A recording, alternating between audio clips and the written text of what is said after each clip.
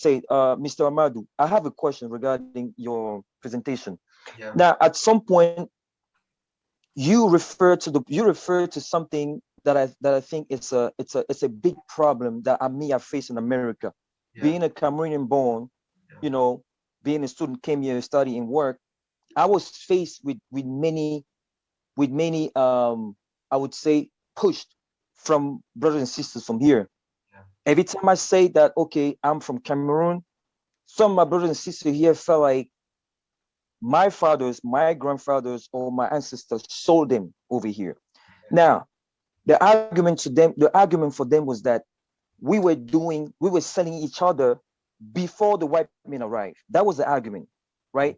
Obviously, right now, based on my research for the past 7 years, I know that's very wrong the way of thinking. But I'm wondering, Yeah. in your presentation, you prove that there is no record, whether it's archaeological record or whether it's oral record, Yeah. to prove that we African were actually selling our brothers and sisters into slavery before the white man. You actually proved it. Now, Yeah. what I'm going to ask you is, where do you think that concept come from?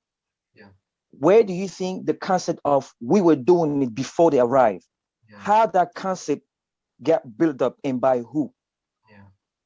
If you take the part of the Arabs, they just prolong a practice they had already before. You know that Roman Empire practiced slavery. Yes. They enslave whites. It is not, Yeah. and in all the northern parts of the Africa, along the Mediterranean, the Red Sea, all those Berber kings and so on, they bought women, white women from the Balkans, from the East Europe. Yeah. Yes, so the practice is there. You have the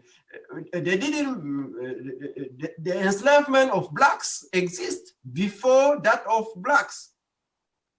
The enslavement of whites exists yeah. before that of blacks. Yeah. See, so with the development of Roman Empire, they conquer many peoples and they enslave them. And Yeah. also those in the shores of the Mediterranean and the coastal areas of Mediterranean, you know that Roman Empire expand until those parts of Africa. Mm-hmm. All Northern Africa was part of Roman Empire. Yeah, at some point, yeah. Mm-hmm. Yeah, so you have that system developed in that part. But Right. crossing the Sahara in the southern parts, in the forest, you cannot have a slave system, because for a slave system to exist, you have many conditions. You have the power of violence. Yeah. You have to conquer. Or in that part of Africa, you don't have arms. Right. You don't have arms, weapons, guns to go to conquer, to go to occupy, or for why? And in African traditional religions, there is no intention to evangelize or Right. to give to have some sort of proselytism. You cannot find it in African religions. Yes. Every So group, every people worship its gods yeah. and never try to expand it to others, to impose Yes. it to others. Yes. Yes, Mr. Amadu Sehu. Yes, I just wanted to, yes. Brothers, sisters, what he's saying is exactly what I keep telling you. Like, no African people in their spirituality Yeah. has ever tried to impose their spirituality on other people. Oh, no, That no. does not exist. Yeah. As a matter of fact, we are very jealous of our own spirituality. Like, you will see a group of people like the Bassa people, Yeah. or the people from the Douala region. Like, they practice their own. They will never go to elder people to impose them. So that's what he's trying to say. So, Never. Mr. Amadou, so again, I think the way I want you to focus a little bit is, since that concept of African was selling themselves before the white men arrived, Yeah. I'm trying to understand who actually made that concept being so spread out around the world to the point where people here so believe in it. I'm trying to understand how that false knowledge was able to spread that wild to the point where most people here will actually believe that. No, How did that happen? Yeah, history we learn till now. I can say it is written by others. It is not written Okay. by Africans. Okay, It okay, is written by others okay, and imposed to Africans. okay. I think that's the You word are I think that's the word I was trying to get from you. Like, because they were the one who wrote our history. yeah. Okay, thank you. So, whether they are Arabs, so Yeah. outsiders, whether they are Westerners, Okay. outsiders, and they wrote about Africa. If you read a very big European philosopher, German philosopher like Hegel, Yeah. have talked about Africa. Heaven never come to Africa. Oh man. But he wrote the biggest philosopher in the Western, if you talk about Hegel. But Hegel said no civilization, no culture down to the tropics. He said it. He said that African didn't have history. And it is learned by Africans. And all African who are doing philosophy, they worship Hegel as the biggest philosopher. We have in African universities, there's a specialist of Hegel thought, Hegel mindset. You have it. So, all the problems Sheikh Anta Diop faced when he said that pyramids were built by blacks. Yeah. When he said that pharaohs are blacks, and it is facts. Yep. Do you know where some of that, history comes from? It comes from Europeans and whites trying to lift some of the responsibility of slavery off of themselves and putting it back on our people. Yeah. You see, but our people, they had let's say among some of the airways or some of the groups in Ghana, you have like the Trikosi. They're like the servants of the shrine. And a lot of these people are born into being a servant of the shrine. And you also have in Nigeria, among the Igbos, the Osu. They're also servants of the shrine. And there's also something that went on where it's like, if you owed a debt or anything like that, your family owed a debt or anything, and they did some type of Ifa or Fa or divination or what they say what the solution should be, they might have to serve, like it's like a form of servitude. You have to serve in the shrine. Yeah. You become like to pay off your debt, you get given to the shrine to do work for, to clean the shrine and to make offerings to the deities and so on and so forth. Or sometimes people would, in order to pay off a debt, have to work for a family for a while, but it wasn't the same type of system as the American system of brutality with where they slept in squalor and ate the scraps and was beaten brutally because they did not do their work.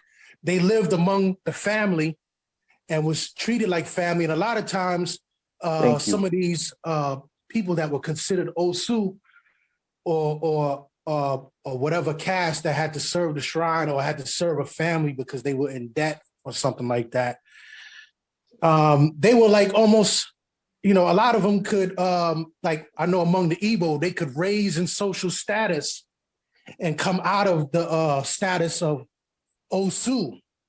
And marry, and even marry one of the daughter of that family. Yeah, that has happened. Yes. So our system that they said existed before the Europeans was totally different from the European system. And a lot of that stuff comes from European history that we sold our brothers and sisters. No, we did not sell people from our own village. There were a lot of tribal wars and captives or prisoners of wars from other tribes were sold or traded. They did not sell their own people. And That's this- one of the misconceptions. This is the consequence of the introduction and the prolongation of those networks from abroad. When they say tribal wars and so on, what provoked tribal wars is that demand for slaves at the beginning. And it is at that time, whether Arabs from the north or Westerners from the western side of the Yes. coastal areas introduce arms, introduce alcohol, and give some acceleration of wars between tribes to satisfy their demand. It is to satisfy them in the coastal area. If you read someone like Ardener, who wrote about the role of the Doualas, the middlemen of the Cameroons, he explained it step by step. Because if you look at those peoples I present at the beginning, you have just some small societies, some small villages living freely with others. They don't have some chiefdoms centralized, militarized, with some means of domination or coercion to exert some power to the others. You don't have jails. You don't have prisons in our African traditional societies. What the judiciary system is to integrate, is to reconcile. It is not to condemn. It is not to exclude. It is not to look for a, comment on dit en français, on parle de coupable. They are not looking A guilty person. Yeah. in African traditional judiciary system. They have to reconcile. If a woman and his husband have a problem, that is find who is guilty or who is responsible for that. No, it is they push them together to reconcile. Reconciliation, conciliation. There are values more than looking for someone guilty, putting him in jail like a Western inherited judicial system. So in African traditional society, you cannot find prisons. Never. Thank you. They have means to reintegrate, to socialize. If you cause a damage to other, they make you recognize what you have done, and then you share cola or wine or something, they reconcile you.